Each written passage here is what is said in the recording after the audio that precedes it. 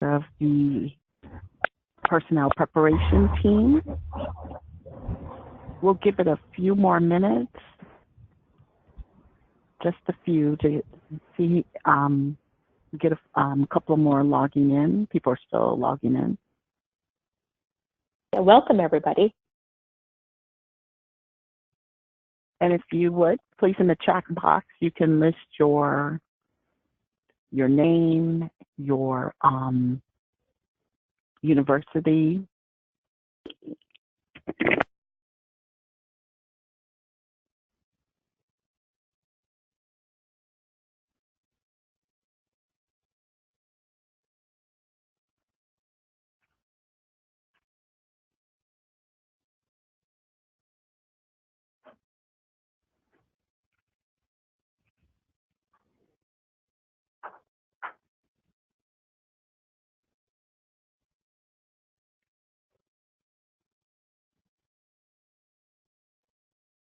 And we'll go ahead and get started. Once again, thanks everyone for joining us. This is OSEP's cross-project collaboration, interdisciplinary approaches to personnel preparation for our 84325K grantees. This is the federal year 2018 cohort, so your grant was funded in the federal year 2018. We want to remind you that this session is being recorded and will be archived for later. Next slide, please.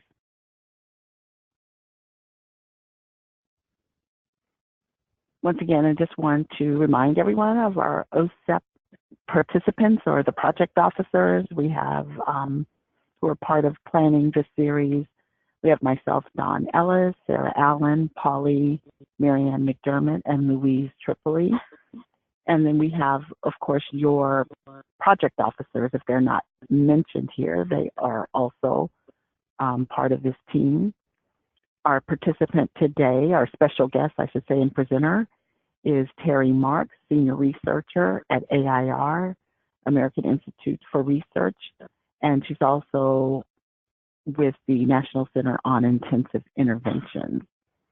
Next slide. The purpose of today's meeting is to have Teri from the center talk about addressing the needs of children with disabilities who have high intensity needs. As you know, this is one of the requirements in the priority when you apply for the grant. And she's going to talk about some of the work that the National Center on Intensive Interventions has been doing. And then, you know, we would like to have a cross-project discussion and talk about how you are addressing some of those needs within your own grants. And then we'll have some brief updates from OSEP and program announcements. Next slide. So again, we're going to be talking about high intensity needs and what do we mean and how you've addressed that in your grant on high intensity needs. And if, as you're logging in to the chat box with your name and affiliation, if you want to just go ahead and type what high intensity has meant to you in your project and how you may have addressed that in your application. So if you can, use the chat box and just share with us how you're using that, and that's something we can go back to later. Okay, next slide.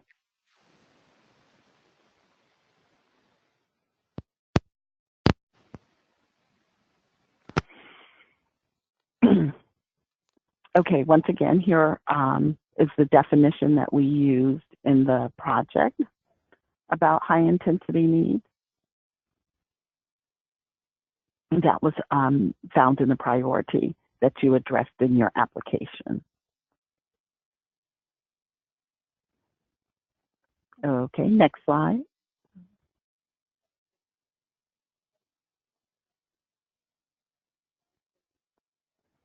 Okay, now I'm going to turn it over to our presenter, Teri Marx, who's the senior researcher at AIR and who is also one of the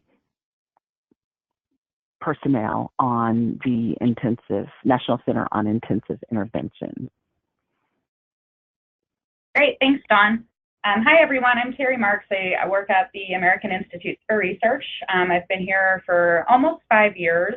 I've worked across a number of OSEP-funded centers, and I also support with some state-level work in Utah and Rhode Island. And today I'm going to focus on some of the work that we're doing on the National Center on Intensive Intervention as it relates to students with high-intensity needs, using that definition that was just provided by Dawn and OSEP. I really want this to be as interactive as we can possibly make it, so I will continuously monitor the chat and probably bring in some of that, the chat comments that are in there, and try to talk through.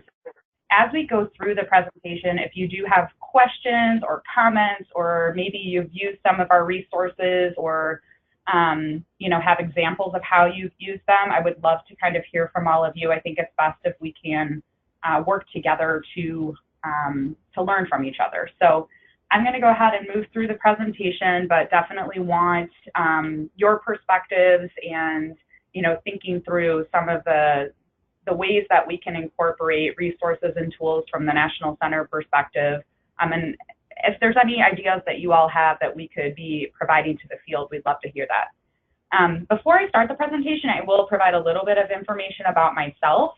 So I have a Ph.D. in special education from the University of Nevada, Las Vegas.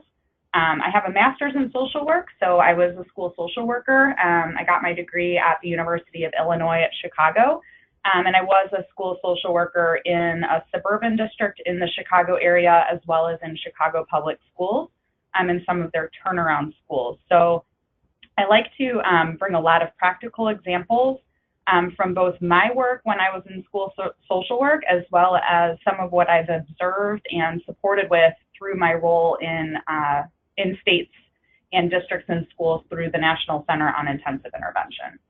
And I'm already seeing some folks in the chat box mentioning that they have some social work programs that they're engaged with through the interdisciplinary practice. And so just making sure that we're making some of those connections, I'm happy to kind of help think through that as well. All right, so today what we'll talk about is just to give you a brief overview of the center, as well as the center's approach to intensive intervention delivery, which is called data-based individualization, or DBI. And then we'll talk through some intensive intervention resources and considerations for practice-based opportunities, including the taxonomy of intervention intensity, our tools charts, and some of our content and teaming resources, and then some of our course content that may be newer to many of you and is actually newer to the center's resources. So hopefully if you haven't heard about some of that course content, today will be a good introduction to that. So we want to jump into who we are as a center and our approach to intensive intervention. So we provide intensive and targeted technical assistance, and then any of the resources available on our website are considered our universal technical assistance. So those are all of the publicly available, freely available materials that we have as a center. The states in red that are listed are the states that we are working with in an intensive relationship, and then we have a targeted technical assistance relationship really with Wyoming. There are a few other states that we would consider kind of our targeted reach, who are integrating some of the National Center's content, but perhaps through a different grant like a SPDIG or through their SIP work. So the states that we're working with and are Rhode Island, and that's actually the state that I have been working as a TA liaison with since I started at AIR. And Michigan is another one of our states. Michigan and Rhode Island were both involved with intensive technical assistance under our first 5 years of funding. We're now in our second funding cycle. And those were the two states that we were working with previously that we've maintained a relationship. But we're also now working with North and South Carolina, Texas, Colorado, Washington, and Oregon. And so that intensive technical assistance looks a little bit different from state to state. But our mission and our charge is really building the state's capacity to engage with their local districts on implementation of data-based individualization. So in our first round of funding, we were at the kind of school and district level, really trying to learn about both the successful factors to engaging in data-based individualization, as well as some of those challenges that intensive intervention delivery present at the local level. And what we learned through that center kind of led to the focus of the next round of funding at the state level to help facilitate that capacity building at the state to do this work. And in many of our states, we're also engaged with some of their partners, such as the Oregon RTI network. They add an extra I because it's intervention and instruction. We're also working, Rhode Island has a systems of support contract that we help work through. And Colorado, I think there's some connection with their SPIDAG. So there's a number of partners at the state level that we're engaged with. And in some of our states, we're also connecting with the personnel preparation programs. Perhaps, you know, they're serving as consultants or kind of learning alongside the state on what this really takes to build capacity. So that's where we're at. Hopefully we are connected with some of the states that you all are in. I'm going to go ahead now and just talk about, through our intensive technical assistance, some of the things that we've learned. So our process of data-based individualization works across academics and social behavior. So it's not something that's content specific, it's content agnostic, it's a process. And what we've learned through helping to train folks in this process across academics and social behavior is that folks are really skilled at collecting data, but not necessarily at analyzing those data to help inform individualized decisions for the students that they're working with. We also see either over or under reliance on curricula or intervention programs rather than on quality instruction. So what that means is in some places, the district or the school may dictate that folks need to use X, Y, or Z reading program or behavior program, but the educators themselves aren't necessarily thinking about the match to their student population, or if this has an evidence of effectiveness with the students that they're working with. And they tend to just implement that program as it's intended or as it's scripted out without necessarily considering the school and contextual factors or child level contextual factors that may come into play. In other places that we're working, we've seen an under-reliance on curricula or intervention. So we'll hear things like, well, we have local control and our teachers need autonomy to develop their practices. And what we're seeing is a lot of those folks are actually going to places like Pinterest and Teachers Pay Teachers to try to find instructional resources because they don't have a specified curriculum. And so those are a couple of the things that we see as just general lessons that we've learned. I'd love to hear your reactions to that if any of you are working, you know, through your grants within the local districts and kind of see similar patterns. And then the quote at the bottom is something I think is really interesting for us to think about. And this is a local special education director in Rhode Island who shared this with me. She said, "Somewhere along the way, our special educators became skilled at providing accommodations and modifications, but not in delivering instruction." And that was something that she reflected on, and she's been working with us at the center level now for longer than I've been with the center, actually. So she predates me as far as the National Center on Intensive Interventions work. But that delivery of instruction piece is something that she really found as needing some work. And that's really where we try to focus. So it's less about providing those accommodations and modifications within general education, but it's really about delivery of intensive instruction to meet individual students' needs. And I'm going to kind of shift a little bit here, and really, there's no time like the present for this. So the recent Supreme Court ruling, the Andrew F. case, I'd love to just get a pulse. How many of you are familiar with the Andrew F. case? If you could just chat yes or no in the chat box.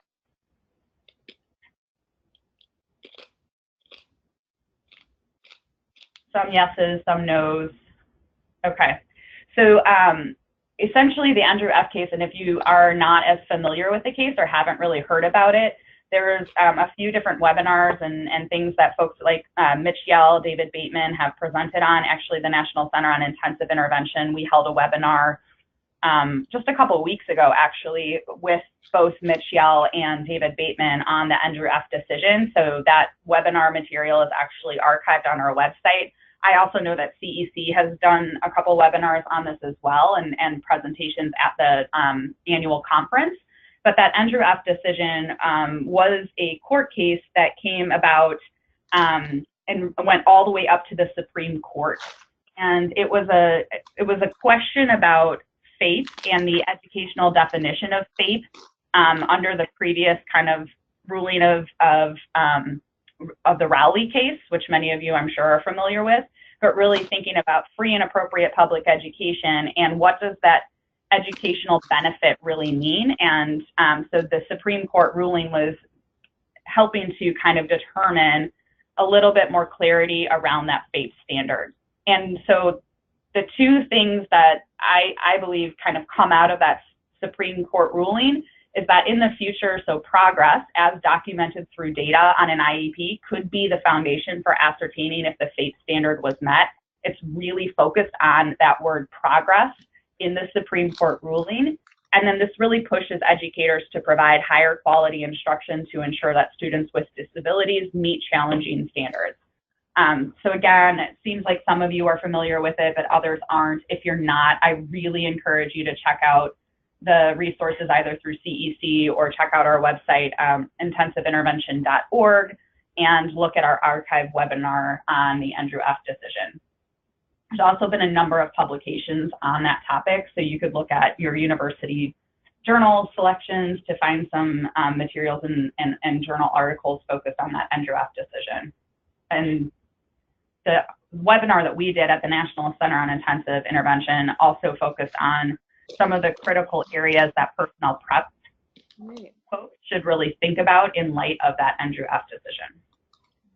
All right, so what is intensive intervention? And the definition that was provided is really what we believe is intensive intervention, and that is that it's addressing severe and persistent learning and behavioral difficulties. And it's a process that's driven by data.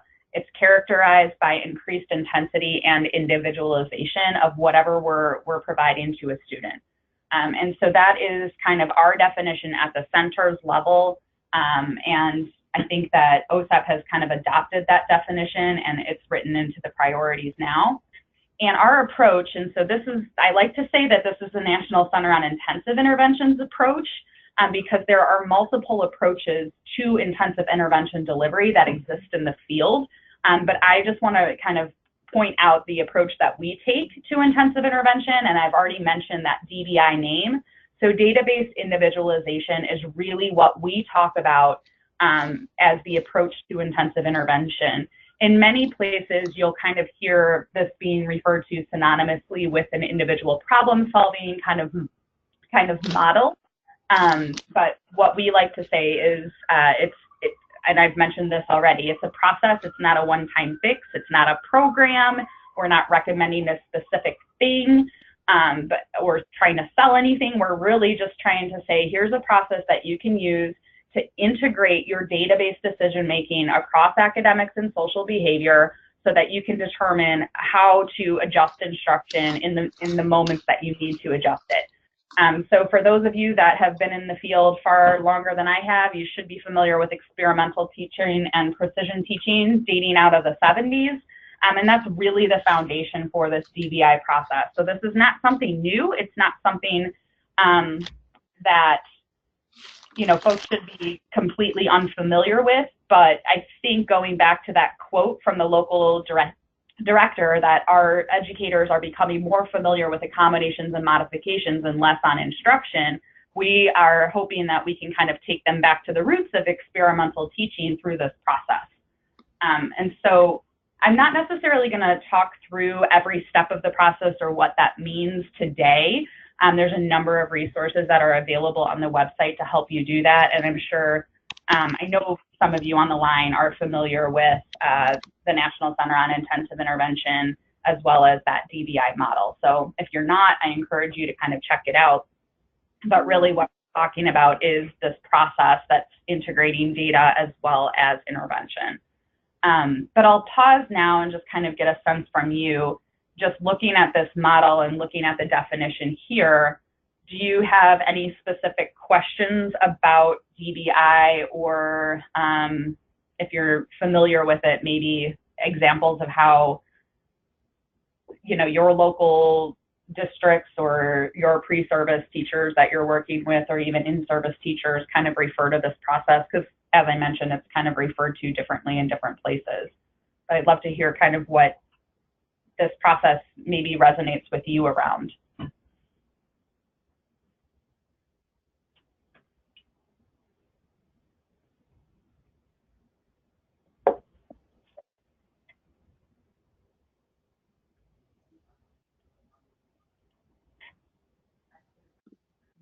Giving my wait time, my webinar wait time, which is always the hardest part because I can't get reactions from an audience like I would in a live place. But if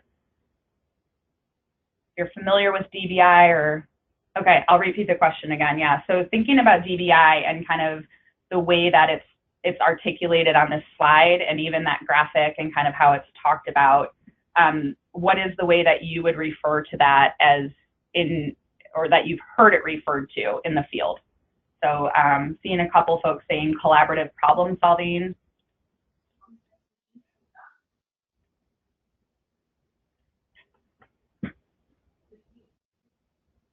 Some are saying they use the term DBI, problem solving again.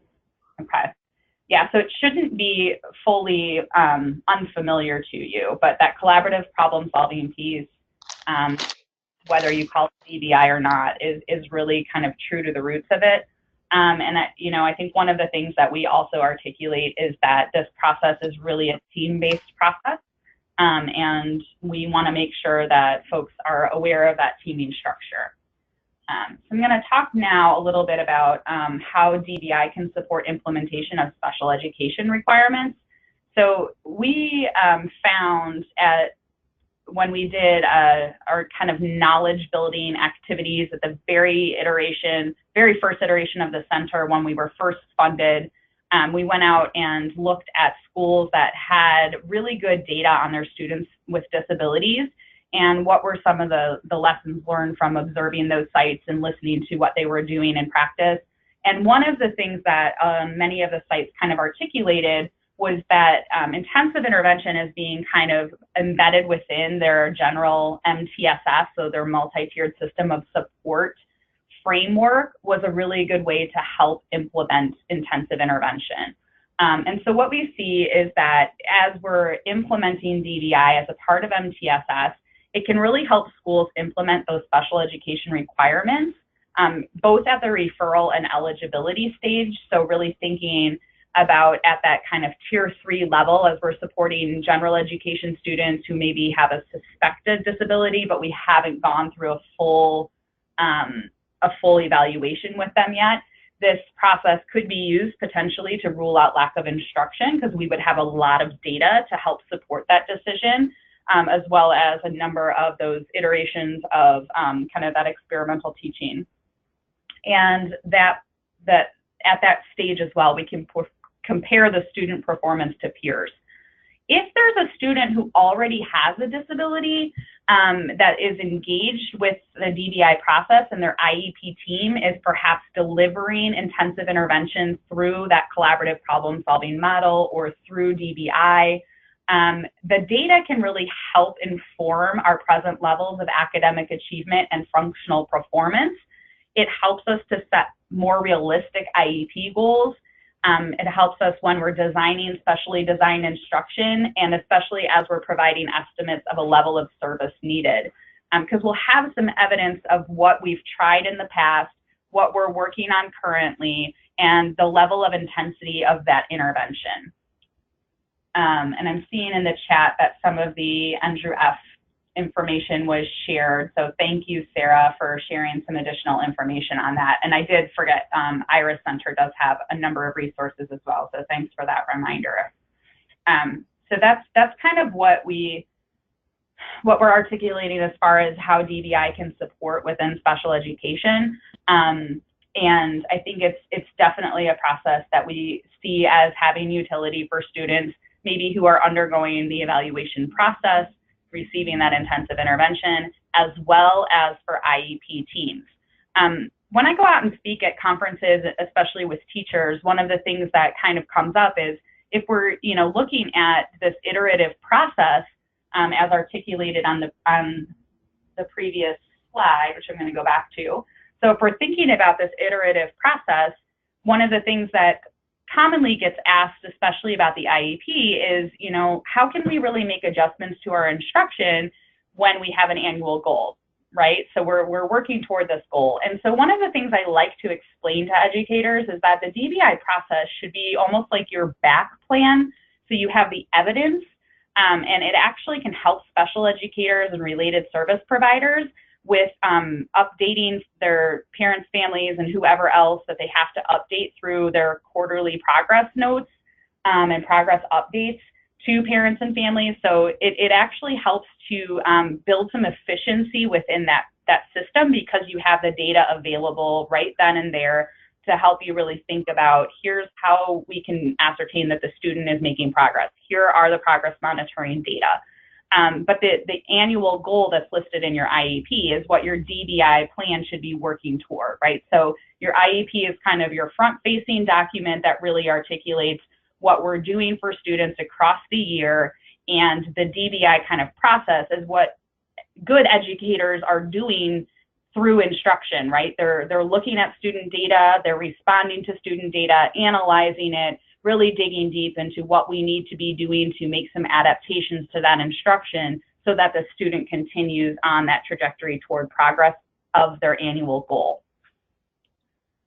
All right, so I want to shift now into some of the intensive intervention resources that we have available at the center. I may take us to the website and kind of go through some of the resources that are there so you can see what they look like. I also want to bring this up in the just for your all kind of, as you're thinking about how would I use these resources, just considerations for practice-based opportunities throughout your program. So just to get a sense, how many of you are familiar with the practice-based opportunities brief and rubric that was put out by the Cedar Center? If I could just get a yes or no. Thanks, Kim. Got a yes.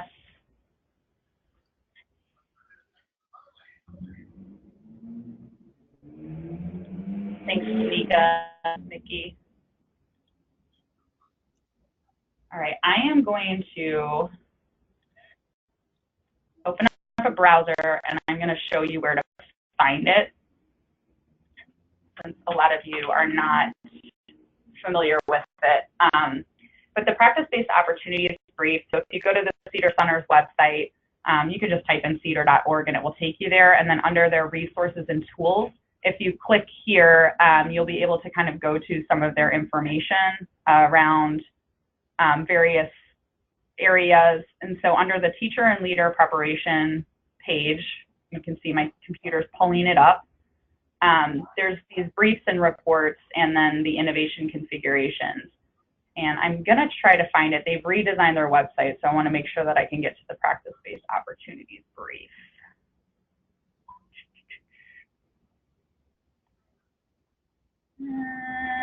And when all else fails, I type in the chat. This way I'll be able to link it to you.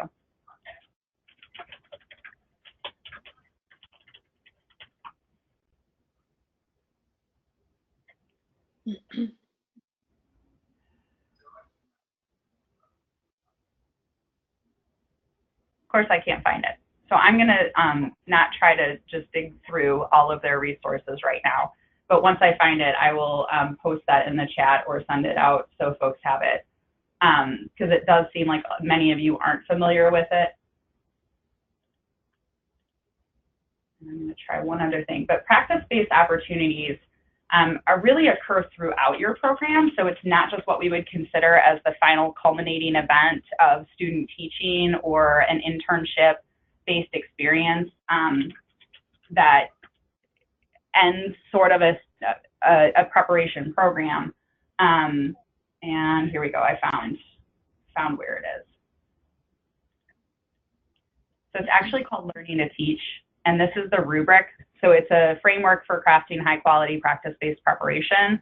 And I will make sure that this link goes out, but there's also a Word document that goes along with it so that you can kind of explore a little bit more. But I'll send you this link so you have it right now. But this brief, I like to kind of go through and just have you just so you can kind of see what they're talking about as far as what we would consider practice-based opportunities. And so as we get down, this is going to help you think through some guiding questions.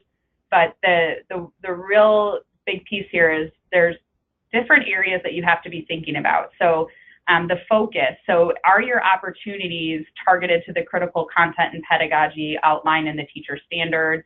The duration, is the length of time that candidates are offered to extend learning and develop mastery of critical content and pedagogical approaches necessary for the learner, so that would be your candidate, to be ready from day one.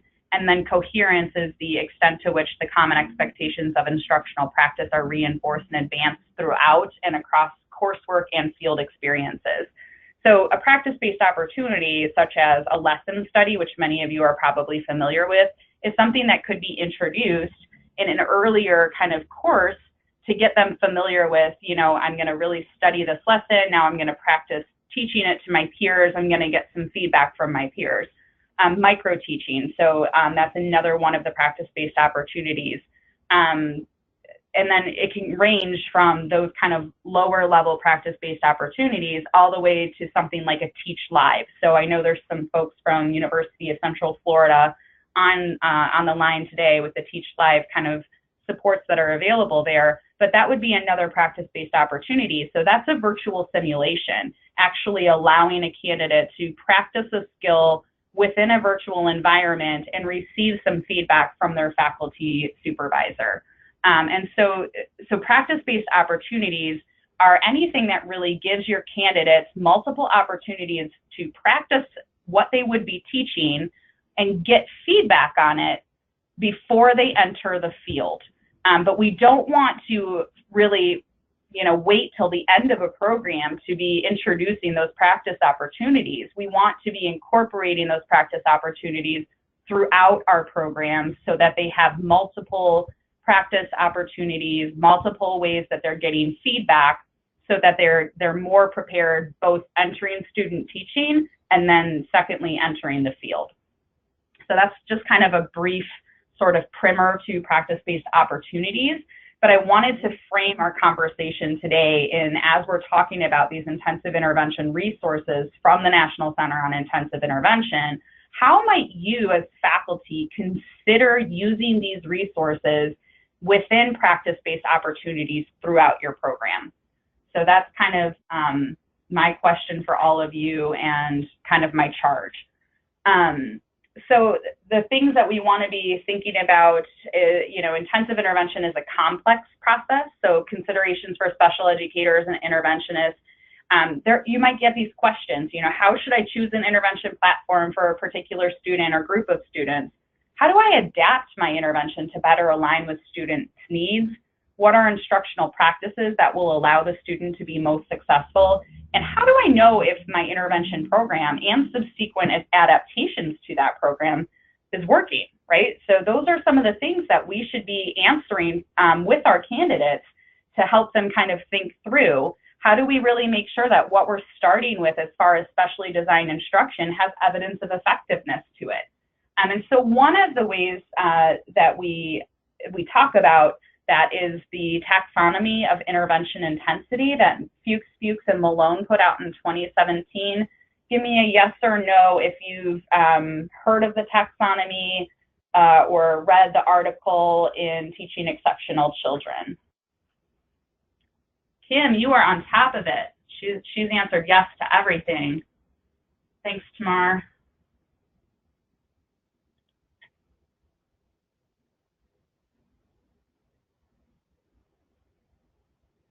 Sandra, yes, good.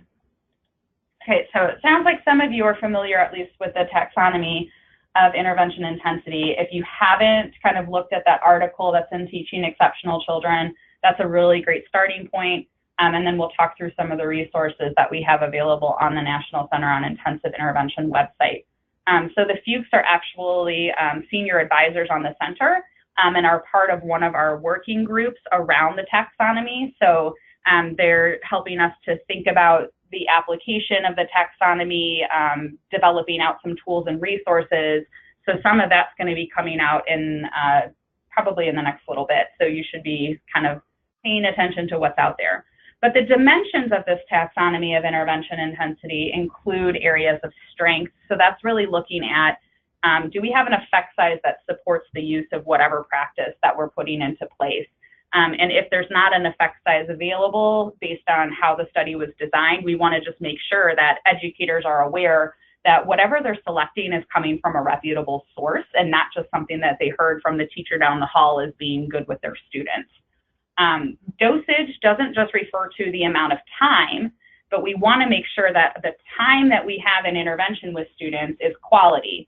So the students have time for getting opportunities to respond and receive corrective feedback. So that piece of dosage is making sure that it's not just about adding an additional 20 minutes to intervention, but that the 20 minutes that we're adding is really giving them the opportunity to practice that intervention, whatever they're learning in intervention, as well as getting that critical feedback that they need. Alignment is really thinking about that question around, does whatever intervention that we are putting into place match with our grade level standards? And if it's on the behavioral side, is that intervention aligned to maybe our school-wide expectations or our classroom or teacher expectations?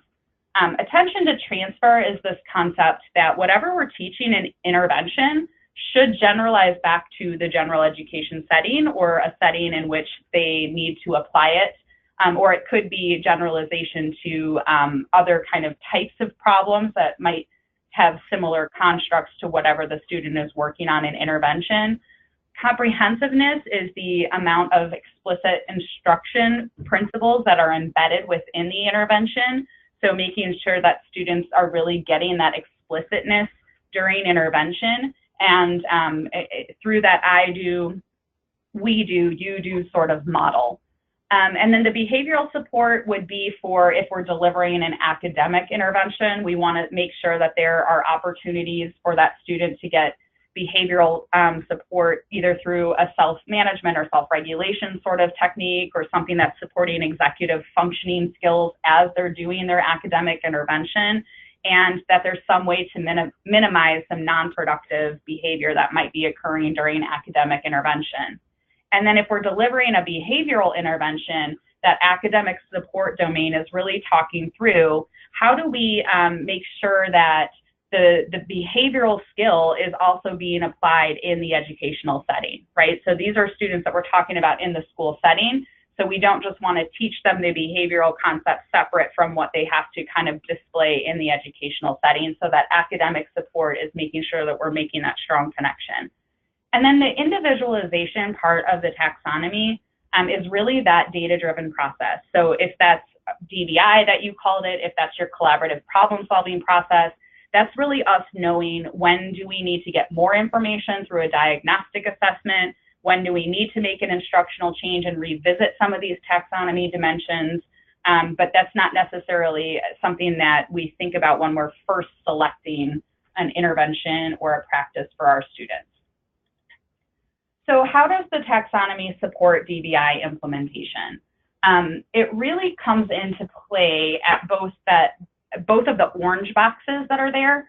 So the validated intervention program, if we're starting with a standard protocol or an evidence-based practice that we're implementing with our students, if it's, kind of thinking about our MTSS structures, this might be a tier 2 intervention. And the taxonomy can help us to really think through that design of it, and then the intervention adaptation phase is where we would also revisit the taxonomy. So that top part is when we're designing or selecting the validated program, and then this part is when we're using the taxonomy to intensify and individualize the validated program.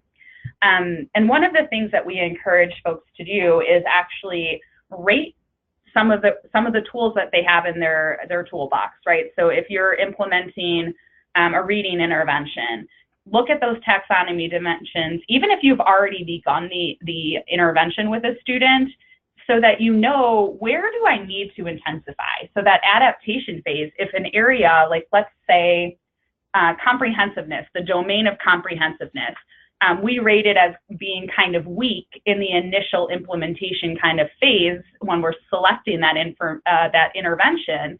What we can do is, through our diagnostic data, really identify what skills does the student really need to work on.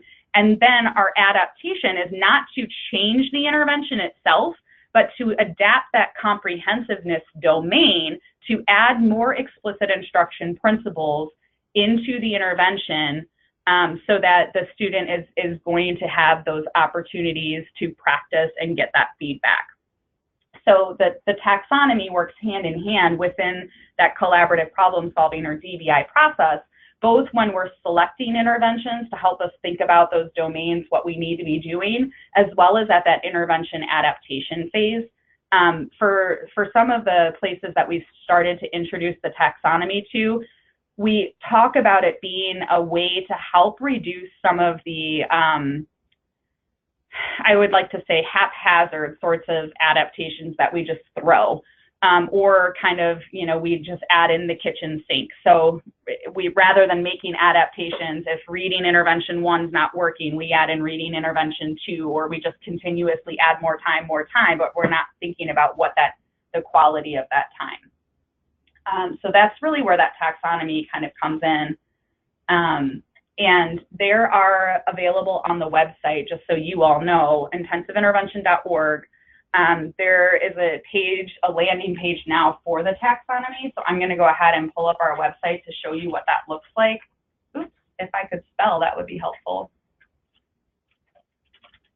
There we go, intensiveintervention.org. So this is your one-stop shop for everything intensive intervention. But under this intervention materials tab, you'll see that the taxonomy of intervention intensity has its own link.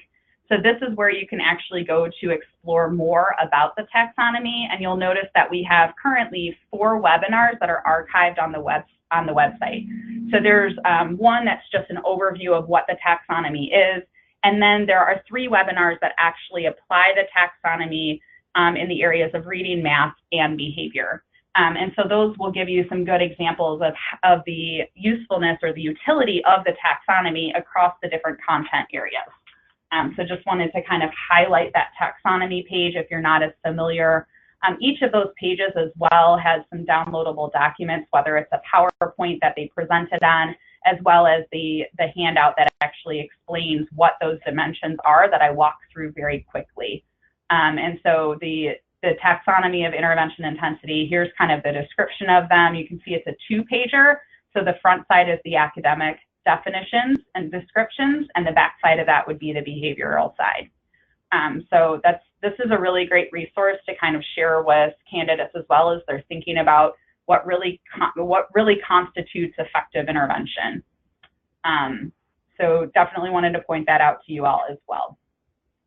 All right, so we've talked a little bit about the taxonomy and how it really helps us to kind of understand the evidence around a particular intervention, but I would be remiss if I didn't talk about implementation, and especially with researchers, as we're looking at the effectiveness of an intervention, we always think about fidelity of implementation, right? So we have to have that fidelity to the way that, that the intervention was intended. So this is our math problem for the day. If either evidence or implementation are not in place, right? If those are 0 and we're multiplying this, what's going to be our impact? Likely not those strong effects. So we have to have evidence for whatever we're using. We have to have strong implementation with fidelity in order to really see the impact that was there. And one of the things that we talk about with that DBI process that I think is important for candidates to understand is that even with delivery with fidelity of a validated program, around 3 to 5% of our population, likely our students with disabilities, are still not going to respond to that intervention. And so that's why it's important to really look at that adaptation and really be strategic about the adaptations that we're making, so that we can increase the potential for strong effects with that population that we're trying to meet. So I'll pause briefly. Any questions about the taxonomy or thoughts that you might have, or if you've tried to kind of articulate it to candidates, you know, how has it gone?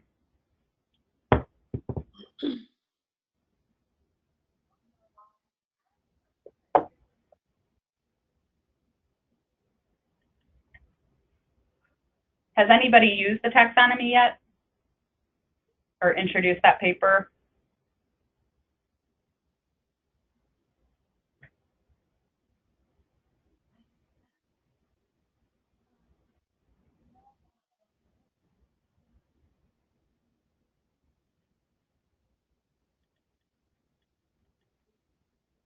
All right, Tanika.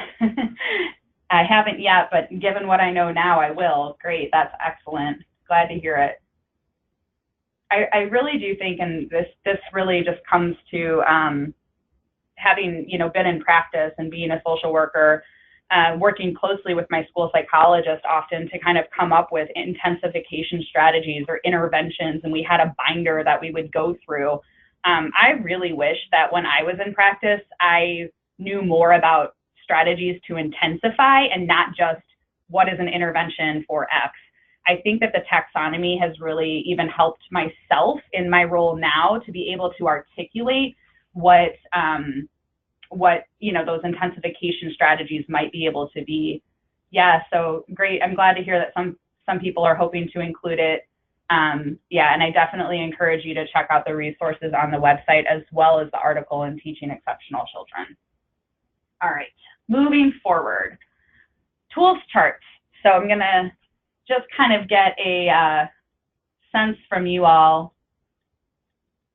Tanika, to answer your question, are there modules on the taxonomy? Not at this stage, but those webinars, you could potentially do almost like a flipped classroom model where you have them watch one of the modules kind of as they're, you know, out of classroom time, and then perhaps dig deep into rating and intervention together during your class time. So giving them that primer to what it is, or having them read the article, come together with some of those thoughts, then during your actual classroom time together, providing those descriptions and definitions through the handouts that were there, and then walking through how would we really look at an intervention from the lens of the taxonomy, so that we can be able to kind of help select really strong interventions and or figure out where we need to systematize our intensification. So I hope that helps. I think that they're hoping to develop out some modules, but at this stage, what we did was we took actually those webinar resources and are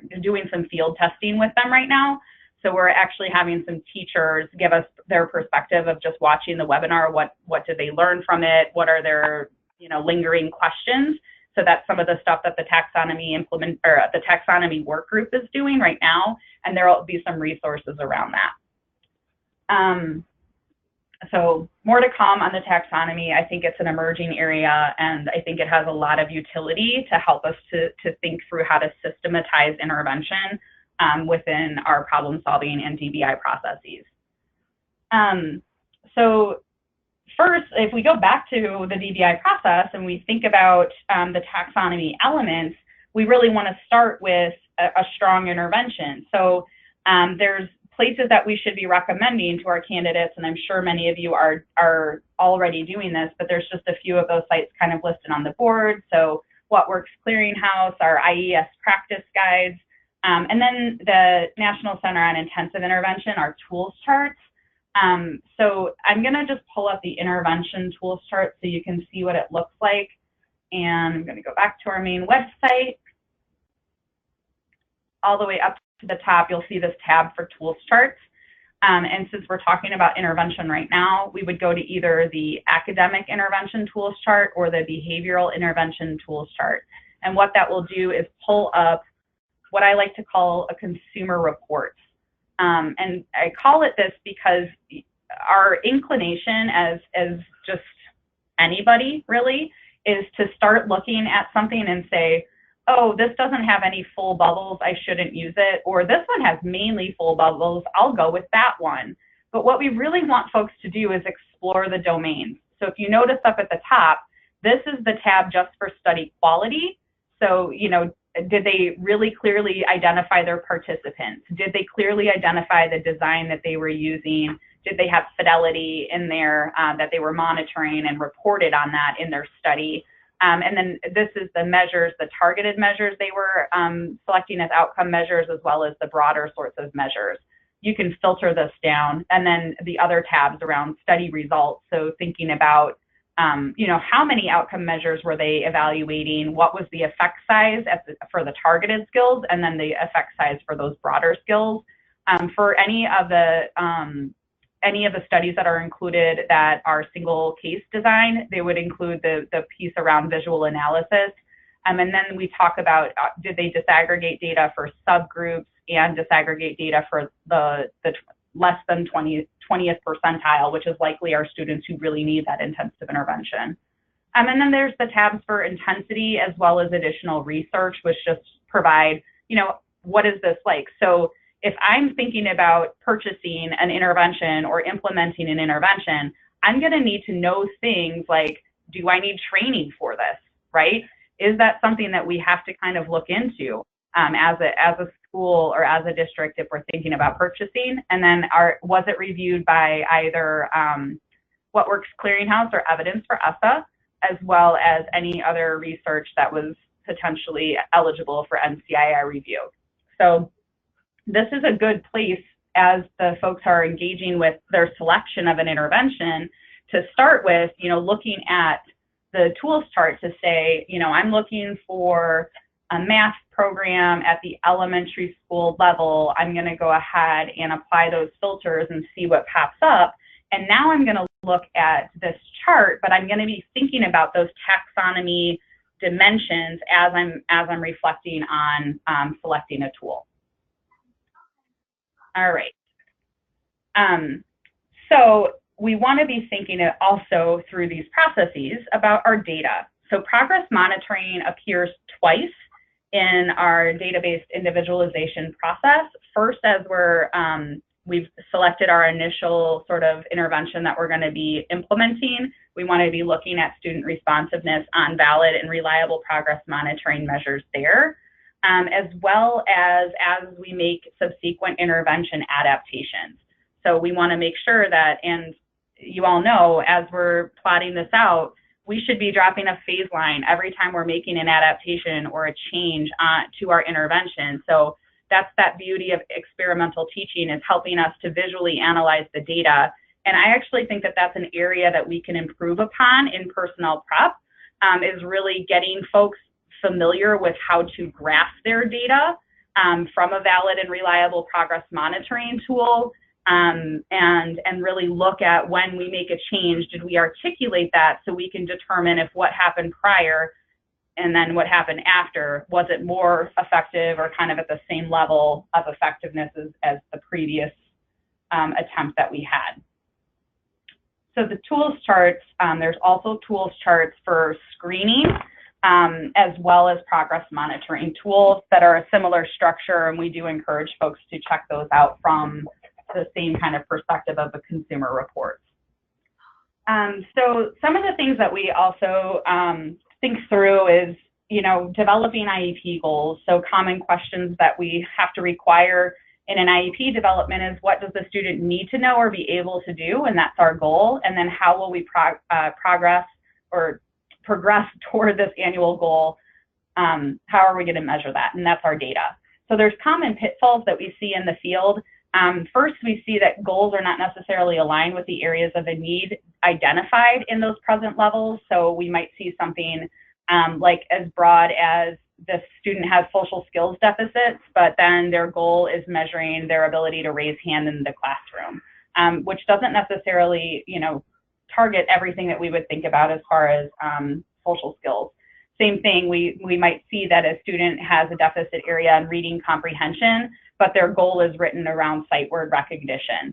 So we really need to make sure that how we're writing goals, we're aligning with the data that we are collecting. And then sometimes we are looking at IEPs, and this is what we see out in the field, is that progress is typically measured by observational trials or anecdotal notes. but data, and those data are not easily interpreted for responsiveness.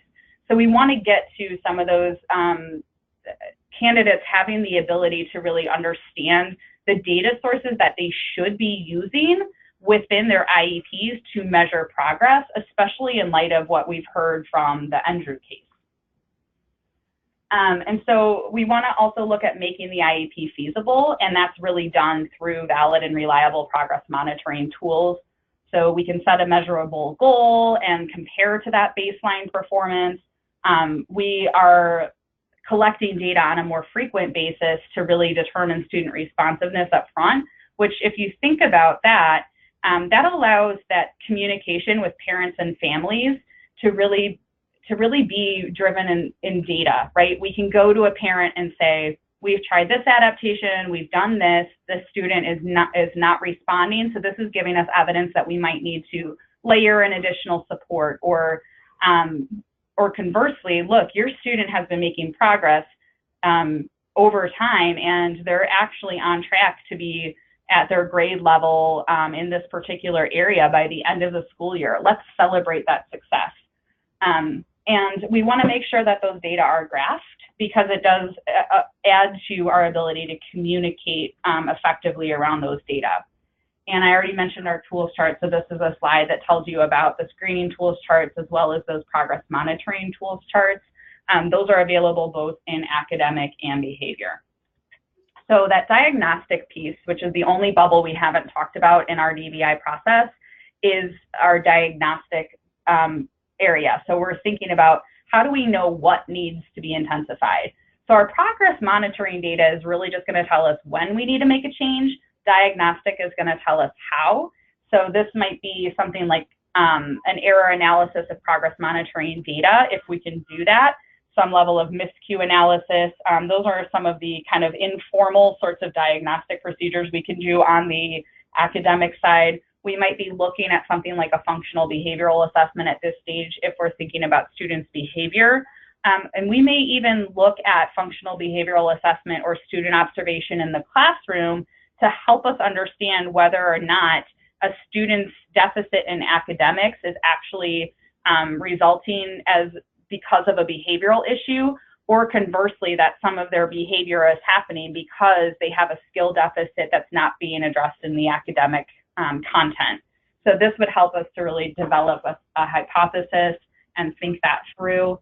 And then the next slide here is going to talk about some of the tools that we have for facilitating meetings to review data. And I think that these are really a place where you could incorporate some practice-based opportunities in your classroom with your candidates. So thinking about, how would we structure a data team meeting around a student need using this process or using this form? As candidates enter into schools where they're implementing MTSS, they become more and more a part of those teaming structures. So there's some pre-meeting kind of forms that we have available to get some referral information, as well as an agenda for what that meeting would be like. And then we would have a way to document that student's plan that we are putting into place. We also have a suite of special education and DBI products.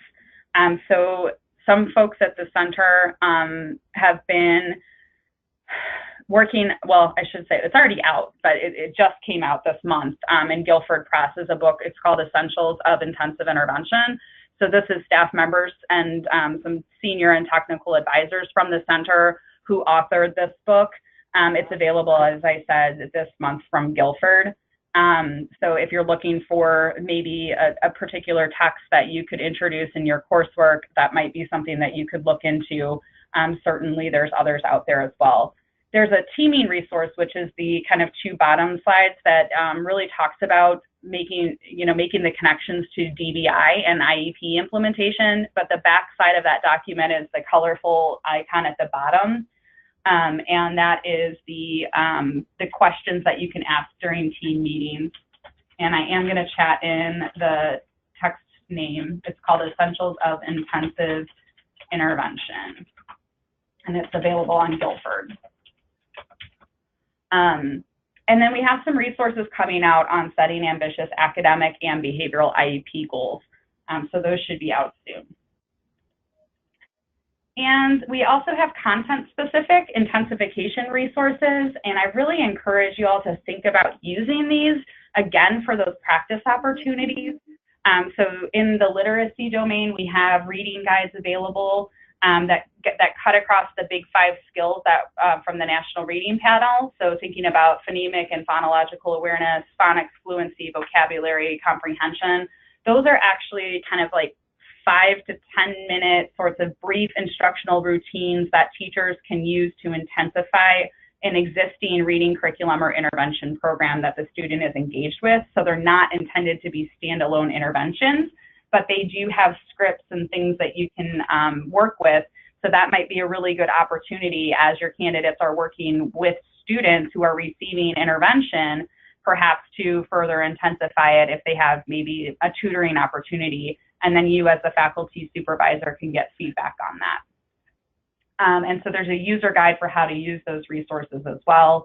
And this is just kind of a sample of what it lays out like on the website. And then in math, similarly, we have a guide that has some of the different areas of mathematics that you can explore. And then Dr. Sarah Powell at the University of Texas at Austin has done some very brief videos that provide just a snippet of information. So these are the guides, some of the sample lessons that are included, and then that's a image of one of the videos. So they're literally anywhere between 30 seconds and like 3 minutes tops, but they actually go through how would you model this with a student so that you can really be more explicit in your mathematics instruction. And then on the behavioral side, we have guides for guides and resources around antecedent modification, self-management, and reinforcement. And so those are the 3 areas that you can kind of look into. So if we're thinking about what might be triggering a student's behavior, we're going to change some things in the antecedents. There's some guides on that. And then this is the part that I really wanted us to get to, and this is the course content that's available. So currently, we have up on the website a course content on features of explicit instruction, and this provides 4 modules on explicit instruction, and it has video lectures that we actually, University of Connecticut and Dr. Devin Kearns helped to develop the content of this, but they're video lessons, and they kind of walk you through what explicit instruction is. Some faculty members have been already engaging in this content since it's been released and actually use it in their coursework that they're already teaching around explicit instruction. So I know there is a professor up in Washington at Whitworth University who has used the course content via features of explicit instruction content. And I know some folks at UNLV have embedded some of the content into their coursework as well. And then there's 3 other course content, and these are full modules, and I will show you them on the website that you can see exactly how much content is available to you.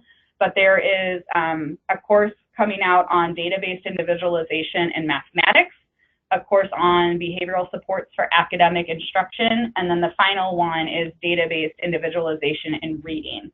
So that data-based individualization in math course should be coming out in the next week or 2, so very, very soon.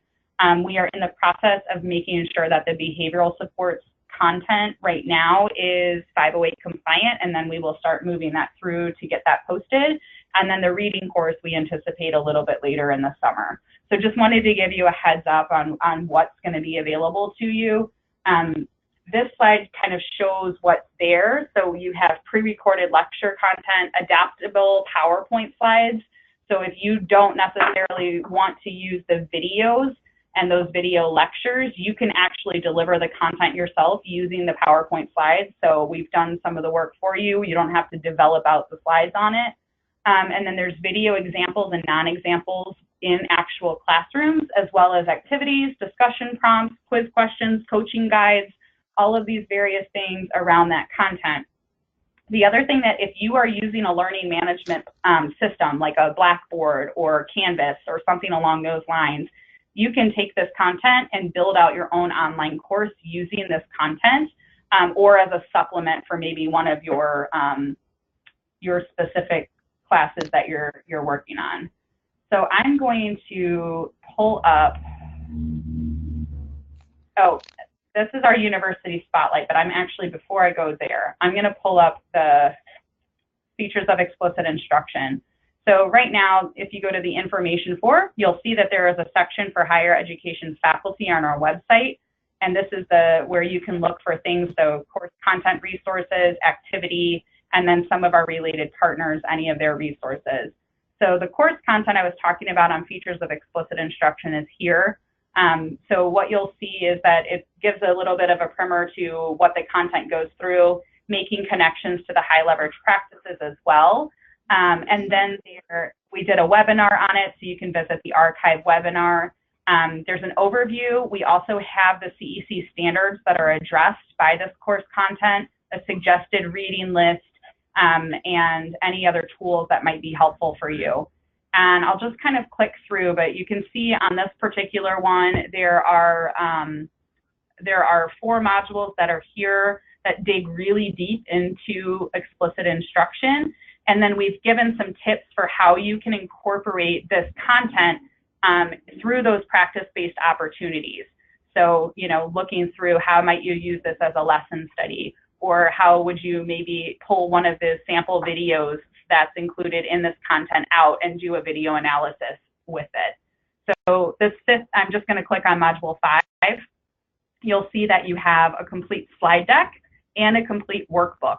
So it goes through, you know, here, we want you to have a discussion prompt. So like I said, if you don't want to follow the course as it's been laid out here, you could take that slide deck and take out, you know, some of the activities, or take that workbook and maybe, you know, change it for your needs. But these are the videos. They look exactly like this. So that's Dr. Devin Kearns right there. And what they used is a technology called Lightboard. So it's essentially like you're being videoed, but your presentation is right there. You can like write on the screen. It's really cool technology. And then all of the worksheets and activities that go along with each part, any related videos, so that's where you would get those classroom examples, are embedded. And you can see as I scroll down this page, just how much content is available just on module 5. So this is only one of the 4 modules on explicit instruction. And then this coaching materials and facilitation guide can be used by faculty as you're supporting your candidates in practicing these skills. So it's really intended for folks that are maybe in their student teaching, or maybe they're doing some clinical hours, or they have an opportunity to really work with a student. You can actually use these coaching and facilitator guides to help you think through providing them feedback on what they're doing in the classroom. So each of the modules has the navigation on the sidebar to take you to the individual parts, and then you can always click back to go home to get to those other modules. So each of them, ton of content. I will tell you that this explicit instruction course content is 4 modules. The math course actually has 8 modules. The behavior course has 9, although the last one is kind of just a course recap, so really 8. And I think the reading course is going to be around 8 as well. So if you were to implement this, you would have likely content to help you support the development of a course for an entire semester. And that was really the intention of it. The other utility for these courses that I think, having been a doc student who was teaching at the university as well, it would have been great to have some of these resources as I was building out courses that faculty kind of handed down to me. So you can think about that. You can also think about flipping your class. Let's say you have to go present at a conference. Have your teacher candidates watch the lecture and then come back and practice some of the skills that they learned in the classroom as well. University Spotlight. So University of Central Florida has been a really great partner with us at the center.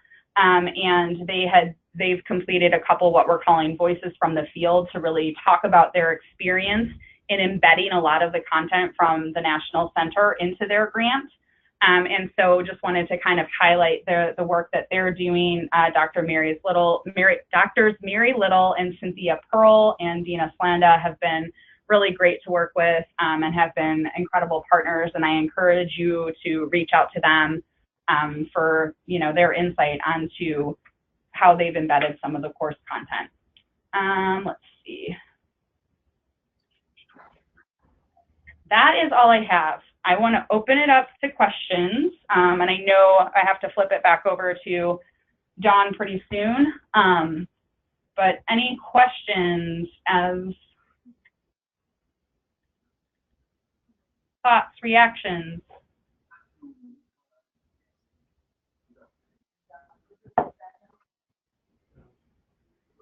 Hi, this is Dawn.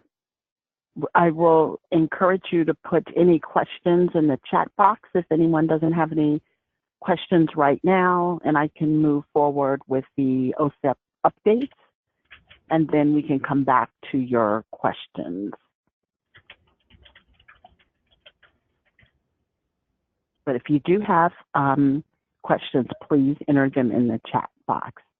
And I just want to go ahead and thank Teri so much for her presentation. She was a wealth of information. Everybody, let's give her a hand. Yay, Teri! You can't hear the applause. Thank you, Teri. Thank you so much. So if we don't have any questions right now, once again, please enter them in the chat box as I move forward with the OSEP updates. One thing, can we go back just one slide?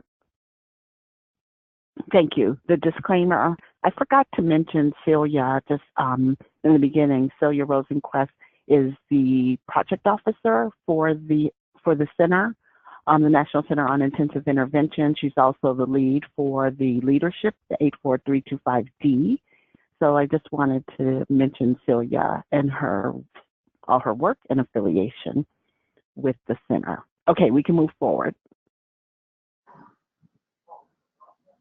Next slide. Okay. I think, Jordan, you're going to talk a little bit about the collaboration space. Yes, absolutely. The OSEP collaboration space is designed to give OSEP staff and grantees and even stakeholders a place to work together and kind of solve complicated issues and facilitate knowledge and share thoughts and exchange ideas on this platform for creation of new knowledge. And if you haven't completed, if you have rather completed the key personnel survey, you should have been added to the collaboration space. However, if you have not, please contact me at jcarter@air.org, and I can even implement that in the chat box. So if you haven't completed the key personnel survey, we'll be sending out the link for that survey in an email that will be coming shortly after the completion of this webinar. All right. Thank you, Jordan. Next slide. Is that all? I'm sorry. Yeah. Okay. Now, Polly is going to review a couple of OSEP updates. I am going to put the links in the chat box to what she is going to review. Yeah. Go ahead, Polly. Okay. Thank you, Dawn, and thank you again, Jordan and Teri, for all that information. Much appreciated. Dawn and I are going to go over briefly some OSEP updates on the next couple of slides. The third in the 2019 OSEP Virtual Symposia Series, entitled Attracting Effective Personnel to Serve Children with Disabilities, is scheduled for August 14th from 1:30 to 3:30 p.m. Eastern Standard Time.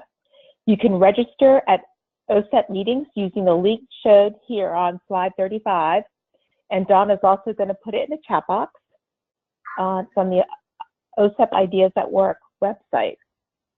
You can also check out the first two parts in the series.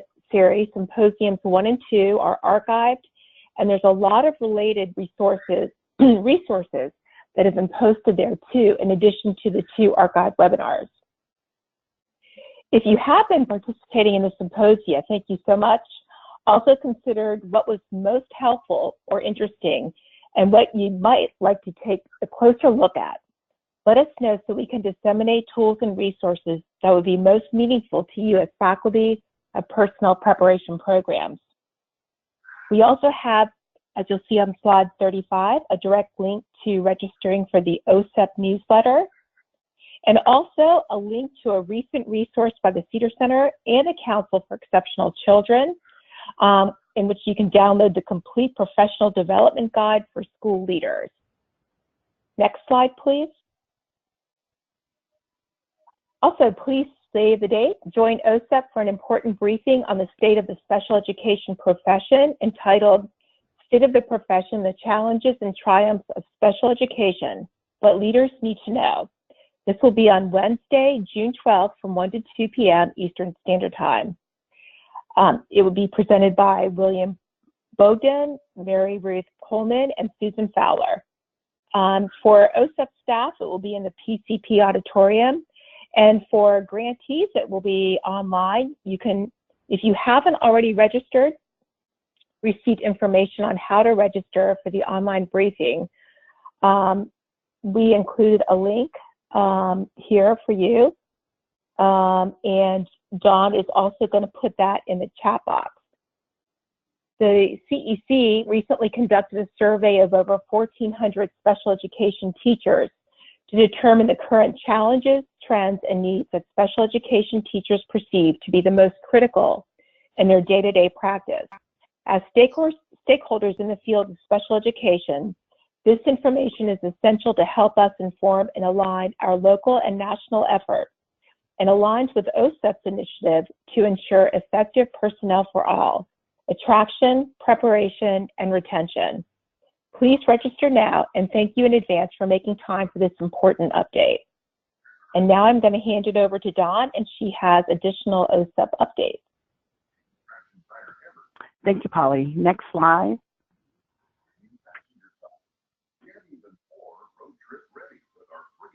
Just a reminder that our future webinar, our last one in the series, is September 19th. We'll do a year in review, reflections on year one, and insights for year two. Also, the OSEP Leadership Conference is July 22nd through 24th, and the registration is open.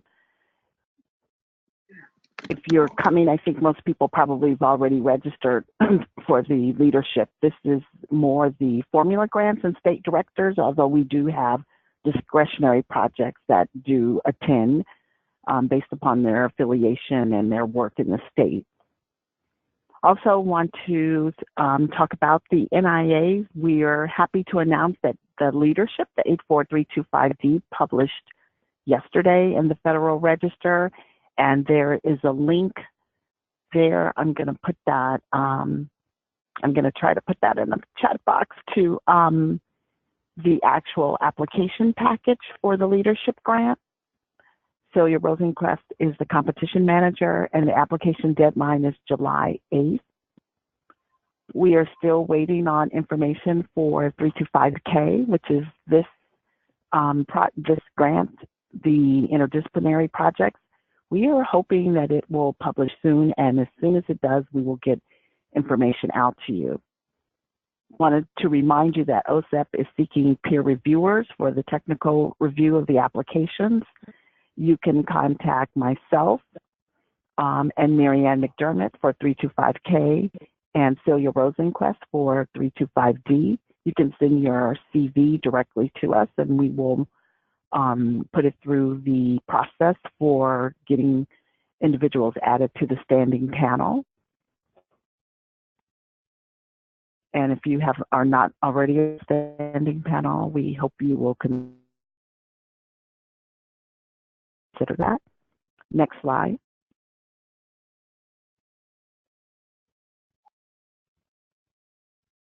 Information. If you need additional information. And before we go to the next slide, I just want to say a thank you and a farewell to Polly. June 7th is going to be her last day here at OSEP, and she will be missed dearly.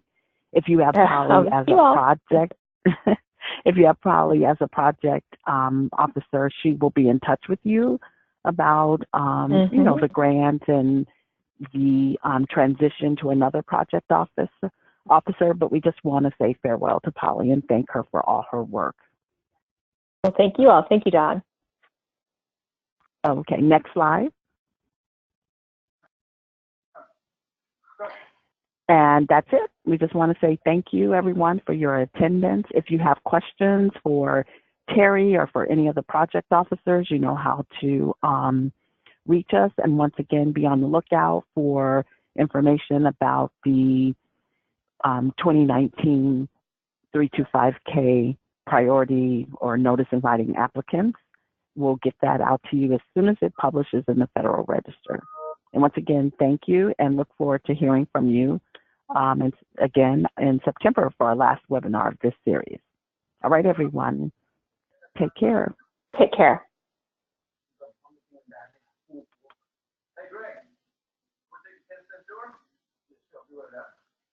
And just want to say too, thanks to AIR for all their help. Thanks, Don.